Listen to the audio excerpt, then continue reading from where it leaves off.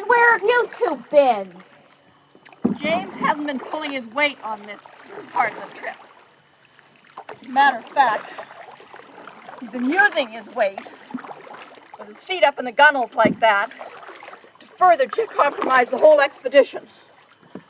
These things are really unstable, James. They're really very dangerous. Ruth, just give me a break, okay? Because it doesn't matter if we tipped over, because the water isn't even that cold. James, Ruth is right. The problem is if you were back so far, that if you had had an accident and upset this canoe, we wouldn't have been able to catch up, even in knowing you were in trouble. No, it was a wrong move. Yeah. What was the trouble? What happened? Well, not only did we have the unstable boat, and I mean, I'm the most safety-conscious one here, so I mean, this is a real problem for me. Anyway, not only did we have the unstable boat, we saw a moose swimming across the river in front of us. I mean, he was beautiful. I mean, that part was really great. And we got a picture and everything. But then, see the moose getting off up the other bank, I realized I'm paddling all by myself. And then, I'm tipped up in the air. I realize I'm paddling practically in thin air. And I'm all the way back here. I'm pulling it myself. That's Will you just give me a break? Will you, all of you?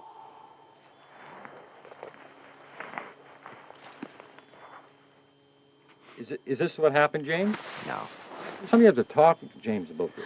Don't look at me. I've already tried to talk to that guy. Don't look at me. Well, you've talked to him. It's up to one of us to talk to him. Excuse me, James. May I talk to you a moment? Yeah. But if you're going to rag on me, I'm not interested. If that's your plan, you can just turn right around and leave me alone. Not my intention. My intention to find out the problem and see what we can do to resolve it and get back on track with the goal. Yep, okay. I'm having a really hard time right now, okay? Not that certain people care. I'm just sick of all the whining and demanding, complaining. What's this team all about? Team's about getting up to the tower, fix the tower, get back to our normal routine. But right now, your lack of energy is costing the team to get to the tower. I know. I'm just a little preoccupied right now, okay? I can't handle Maureen's drive, and I'm sick to death of Ruth and her safety this, safety that. I don't want to be here. You know, I don't need to be here. I got things I have to do. I'm really worried about this promotion I've been offered. It means we have to relocate to the States, my wife and I, my kids. You know, we're concerned. We don't know what it's going to be like. It's going to be different. How different? We don't know. You know, and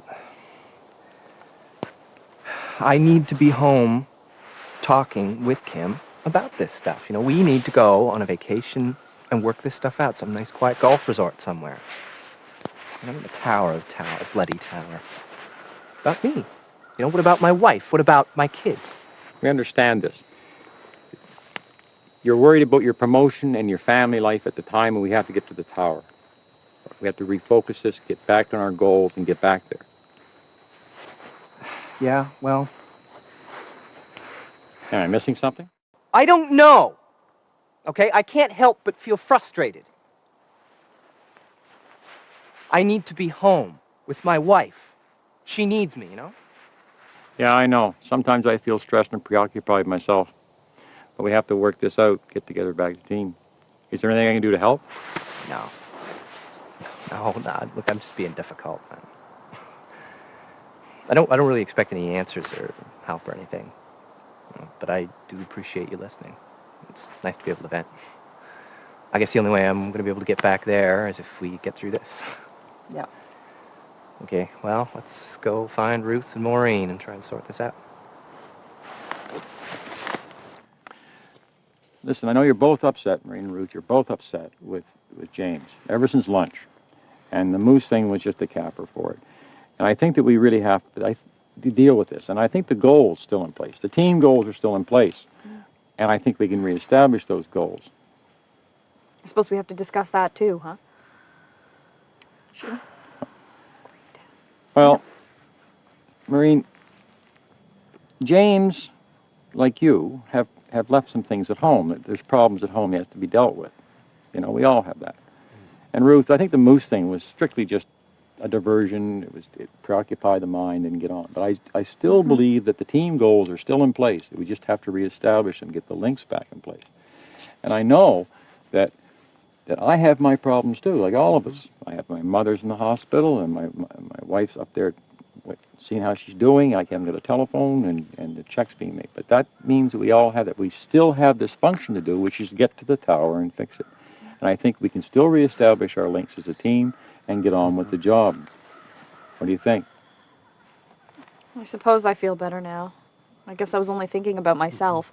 I mean, I feel like I'm the only one who wants to get to the tower, but I guess we all want to do that. Yeah, Yep. for sure. Waste my time. James, I understand your frustration. I too feel stressed. And we have to get this together so we can get on with it. Is there anything I can do to help? Grant, instead of everybody taking one canoe at a time and everybody running around, why don't we set this up in a little bit more organized fashion? We could set up, firstly plan our path, and then assign our tasks according to ability and to weight. Silly old fool. James, what do you think about organizing this with a bit more efficiency? We could set up a plan whereby we organize our path and assign tasks according to ability and to the weight that people can carry. Yeah, Ruth, let's just get the job done, okay? So why don't you just pick up the pack and follow me up the path? What is going on here? I can walk faster and farther than any of these out-of-shape buffoons, and I have 25 years of experience in logistics. Well, many things have happened in this scenario, but underlying everything is the need to work together as a team. This team needs to stay on task to achieve its goal. This scenario gives you another chance to practice giving constructive feedback, a skill that is absolutely critical for good team communications. First, ask for permission to speak and check your perceptions of what James is trying to say.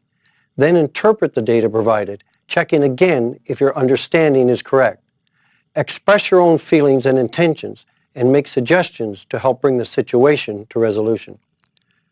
Jot these points down for future reference. You will have to use this skill to deal with free riders, rate busters, and generally with situations that threaten the team's ability to reach goals or even just to function. The potential for conflict between personal and collective goal success is great and can debilitate the team. The team should have another look at the ground rules here regarding work expected, communication process between members, and commitment to the team and each other. Trust was in jeopardy of being violated in this scenario. Why not reflect on this scenario by asking, how does your own behavioral preference differ from the team? How can you help build trust on the team? Why not take a few minutes and jot down your thoughts to these questions? Please look at the memo I put in your knapsack. It provides you with a more detailed summary of what happened in this scenario and also directs you to an assignment you need to complete before moving on. Grant, instead of everybody taking one canoe at a time and everybody running around, why don't we set this up in a little bit more organized fashion? We could set up, firstly plan our path, and then assign our tasks according to ability and to weight. Silly old fool. James, what do you think about organizing this with a bit more efficiency?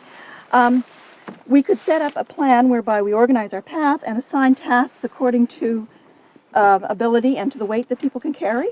Yeah, Ruth, let's just get the job done, okay? So why don't you just pick up the pack and follow me up the path?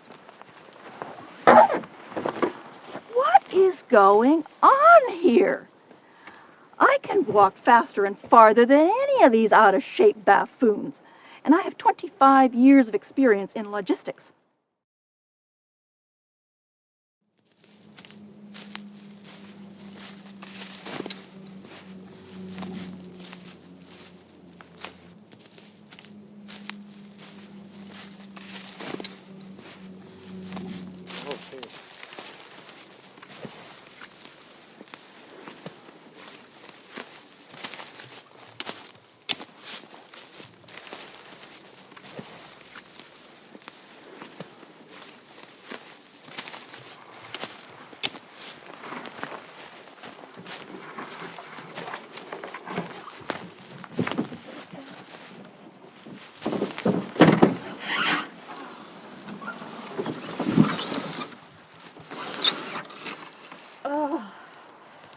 I pulled something in my arm. I can't move it. Oh.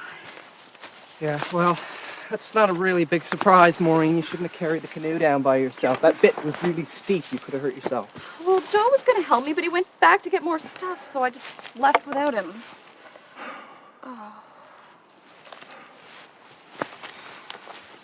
Probably soaking somewhere. I'm lightheaded. I can't catch my breath. I don't think I'm going to be able to paddle for a while. Where's Ruthie? That was brutal, folks. I've had worse. Not much. It'll only get better after this. That was a tough portage. Hey, Ruthie. hey, Ruthie.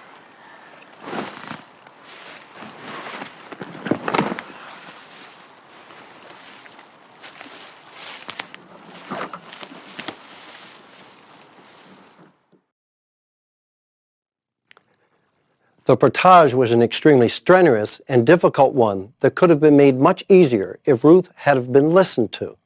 Further, Ruth was upset that her idea was ignored. Plop went a good idea, onto the floor, down the drain, costing the team time as well as a good deal of trust. Ruth could have been empowered to lead in this particular situation, thus practicing and developing her own leadership skills. She would have benefited a good deal from the credit and thanks from the team. The level of trust Ruth has in other team members has now declined. Maybe next time she won't be so quick to even offer an idea. People need to be empowered and encouraged to take leadership roles, particularly if their styles of communication are a bit different. Sharing leadership around according to the demands of the situation can help spread the load and enhance cultures of innovation. I've elaborated on these comments in a memo, and I have also put an exercise in your binder.